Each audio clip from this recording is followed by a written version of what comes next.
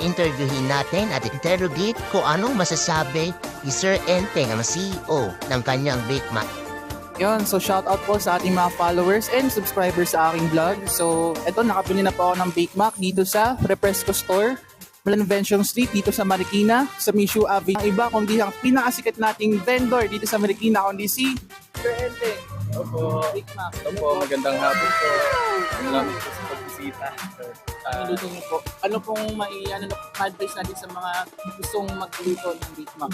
Sa mga gusto pong magnegosyo na magsimula, huwag po ay matakot, mag-take ng risk. At dahil dyan po tayo huhubugin ng ating skills. Kumbaga, dyan tayo pagyayamanin ng diskarte.